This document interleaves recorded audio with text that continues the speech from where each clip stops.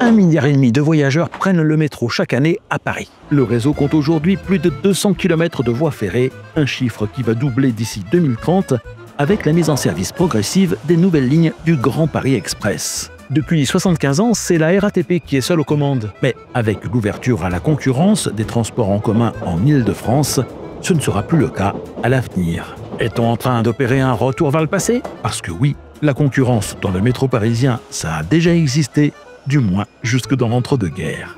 Est-ce que ça a marché? Là est la question. Je tâche d'y répondre, ainsi qu'à quelques autres encore, dans ce nouvel épisode de la petite histoire du métro parisien. Bonjour et bienvenue dans Aiguillage.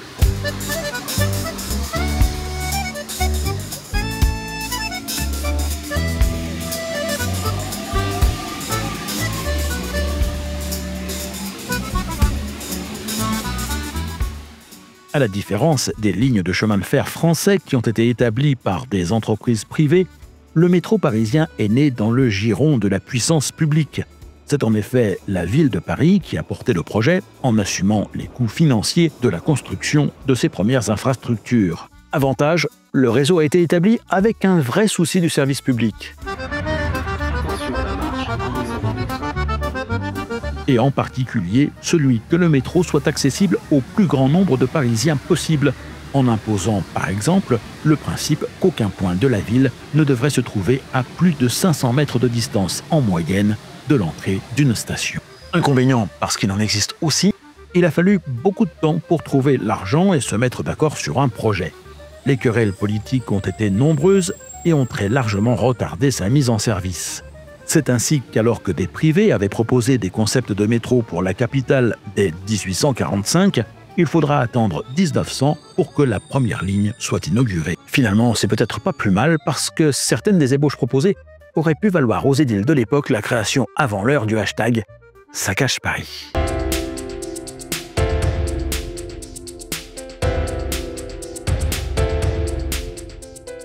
À défaut d'Internet et de réseaux sociaux, c'est la presse qui se déchaînait alors contre le métro. L'avenir de ce nouveau moyen de transport était jugé à l'époque tellement incertain qu'aucune personnalité d'envergure ne voulut associer son nom à son inauguration, qui se fit par conséquent dans la plus grande discrétion. Si la ville a financé l'essentiel des travaux, elle en a quand même délégué une partie, ainsi que l'exploitation des premières lignes à une entreprise privée. C'est pourquoi, au sein du conseil municipal est créée la commission du métropolitain, qui désigne dès sa création en 1897 la Compagnie Générale de Traction, propriété du baron belge Édouard Louis-Joseph Empain, comme concessionnaire. Celui-ci s'associe aux établissements Schneider du Creusot pour créer en 1899 la CMP, Compagnie du chemin de fer métropolitain de Paris, qui se voit confier pour 35 ans l'exploitation du métro, années durant lesquelles la ville reste propriétaire des infrastructures, la CMP lui reversant une redevance perçue sur les ventes de billets, ce qui lui permet de rembourser les emprunts contractés pour les travaux. L'accord prévoit un principe d'intéressement de la ville jusqu'à 190 millions de voyageurs annuels. Au-delà, la CMP conserve l'essentiel des bénéfices réalisés. L'évaluation du trafic qu'attirerait le métro ayant été très largement sous-estimée, ce principe a fait la fortune du baron Empain. En 1902, soit 2 ans après l'inauguration de la première ligne, une autre entreprise privée est constituée, la Société du chemin de fer électrique souterrain Nord-Sud de Paris, que l'on appellera plus communément et plus simplement par la suite le Nord-Sud.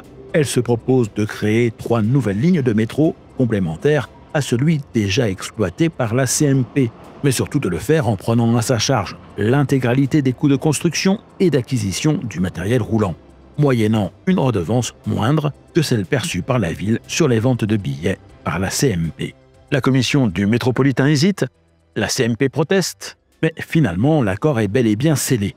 Après tout, cela ne coûte rien à la ville qui est assurée de récupérer à la fin du contrat de concession des kilomètres supplémentaires de lignes dont elle n'aura pas eu à supporter les coûts. La compagnie Nord-Sud mettra en service 2 des 3 lignes envisagées, la A inaugurée le 5 novembre 1910 et la B qui le sera le 26 février 1911. Elles deviendront beaucoup plus tard les lignes 12 et 13. Pour se distinguer de sa concurrente, le Nord-Sud apporte un soin particulier à la décoration de ses stations. Toutefois, le très fort ralentissement du trafic durant la Première Guerre mondiale, associé à l'augmentation des coûts de la production de l'électricité obtenue à partir du charbon qui se fait plus rare, ainsi que le poids des investissements à consentir pour la construction des lignes, vont pousser l'entreprise dans de grosses difficultés financières dont elle ne se remettra pas.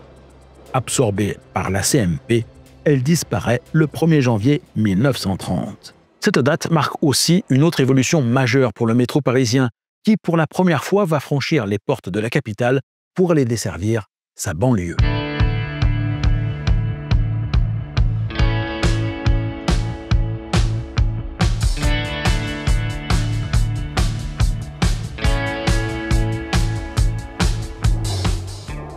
Et ce n'était pas gagné d'avance. D'une part parce que la ville de Paris n'avait pas vocation à financer des infrastructures qui allaient bénéficier à ses voisines d'outre périphériques, lequel n'était d'ailleurs pas encore construit à l'époque, je le rappelle. Mais surtout parce que le souvenir du siège de la Commune de Paris était encore vivace dans les mémoires et qu'il a longtemps été tout simplement inconcevable de pouvoir envisager que des tunnels puissent être établis entre la capitale et les villes voisines. Toutefois, il fallait bien s'adapter à l'évolution des modes de vie et ce que l'on constatait à l'époque était une stagnation de la croissance de la population habitant intramuros au profit des banlieues. Il devenait par conséquent nécessaire de mieux desservir. Comme la ville de Paris ne pouvait jouer ce rôle, c'est le département de la Seine qui fut chargé d'étudier et de mettre en place les extensions du réseau métropolitain hors de la capitale. À l'image de celle liant l'entreprise à la commission du métropolitain, il signera à son tour avec la CMP une convention qui régira leurs relations. Celle-ci passe par la STCRP, la Société des transports en commun de la région parisienne, créée en 1921 pour que le département de la Seine reprenne à son compte l'exploitation du réseau de surface bus et tramway qui était jusque-là assuré par plusieurs entreprises concurrentes, tout empêtré dans de grosses difficultés financières, faisant suite à la Première Guerre mondiale. Ainsi, les travaux de construction interrompus durant plusieurs années purent repartir et en février 1934, le métro put faire ses premiers pas en banlieue parisienne avec l'inauguration du prolongement de la ligne 9 jusqu'à Pont-de-Sèvres. D'autres suivront rapidement. Mais la Seconde Guerre mondiale est déclarée et les transports en commun parisiens seront une nouvelle fois fortement perturbés. Une grande partie du personnel des entreprises concernées est appelée sur le front. L'énergie est une nouvelle fois rationnée. Le métro doit donc, comme il l'avait déjà fait entre 1914 et 1918, fermer un certain nombre de lignes et de stations et continuer à fonctionner, mais au ralenti.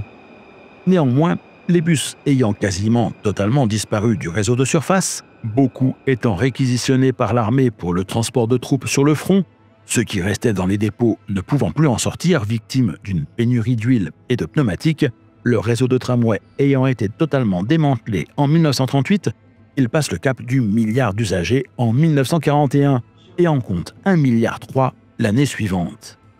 L'État se substitue alors à la ville de Paris et au département de la Seine pour l'exploitation des transports en commun. Le gouvernement de Vichy décrète ainsi en 1942 l'absorption de la STCRP par la CMP, mettant fin à plus d'un siècle de concurrence entre différentes compagnies exploitant divers modes de transport. À l'issue de la Seconde Guerre mondiale, le métro parisien explose tous ses records de fréquentation, comptant plus d'1,6 milliard de passagers en 1946.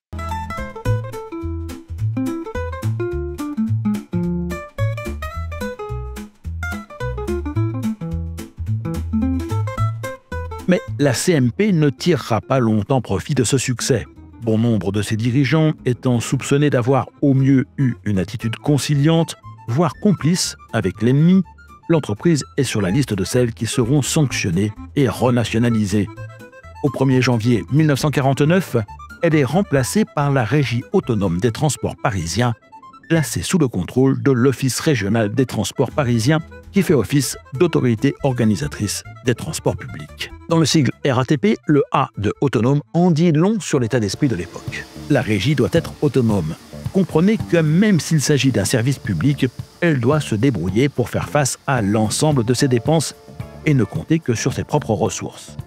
L'État ne consent à contribuer qu'à un maximum de 15% de ses besoins.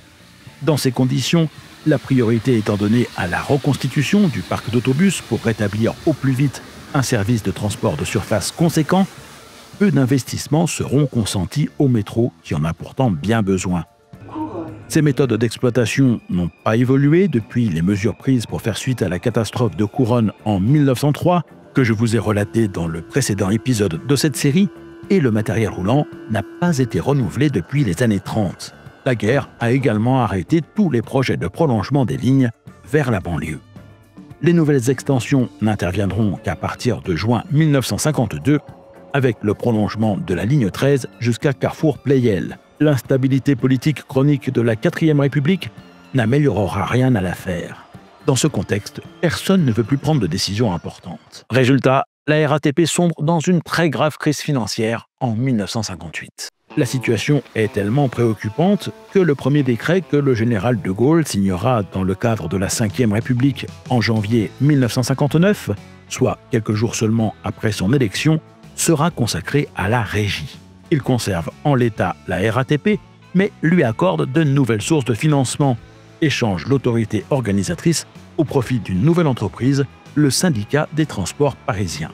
L'année suivante, l'État décide de s'engager lourdement dans le développement d'une région capitale et que la RATP sera son bras armé dans le domaine des transports. C'est alors que sont lancées la création du RER et la modernisation des réseaux existants. Les célèbres Ramsprague et leurs banquettes en bois seront ainsi invitées à tirer leur révérence, ce qu'elles ne feront qu'en 1983. Elles seront dès lors remplacées par des matériels roulants beaucoup plus modernes. La même année, la loi de Fer met en place la décentralisation. Elle a pour conséquence de régionaliser le pilotage et le financement des transports publics. Le STIF, syndicat des transports d'Île-de-France, est alors créé pour remplacer le syndicat des transports parisiens. Il deviendra Île-de-France Mobilité en 2017. Le but étant de pousser à une plus grande efficacité les entreprises de transport par le biais de la mise en place d'objectifs de qualité de service qui, s'ils sont respectés ou dépassés, peuvent donner lieu à des bonus, des malus dans le cas contraire. En 2009, c'est l'ouverture à la concurrence dans le domaine des transports régionaux qui est actée et qui va produire de nouveaux bouleversements pour la RATP. L'entreprise reste propriétaire et responsable de l'entretien de l'ensemble des lignes de RER et de métro, y compris de celle du Grand Paris Express. La propriété des matériels roulants et des dépôts, qu'il s'agisse des bus, des tramways, des métros ou des RER, est transférée à Île-de-France Mobilité. Les transports publics peuvent être soit exploités en régie directe, soit contractualisés avec un opérateur choisi à l'issue d'une mise en concurrence.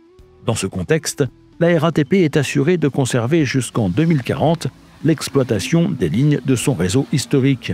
L'entreprise a remporté l'appel d'offres pour l'exploitation de la ligne 15 du Grand Paris Express.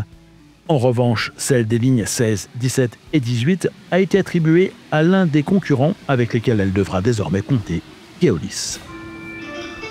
Dans ce contexte de mise en concurrence des opérateurs de transport, à partir du 1er janvier 2025, le groupe RATP débarque à Lyon pour se charger de l'exploitation des lignes de tramway, de métro et de funiculaire auxquelles j'avais consacré ce reportage que vous pouvez voir ou revoir en cliquant ici.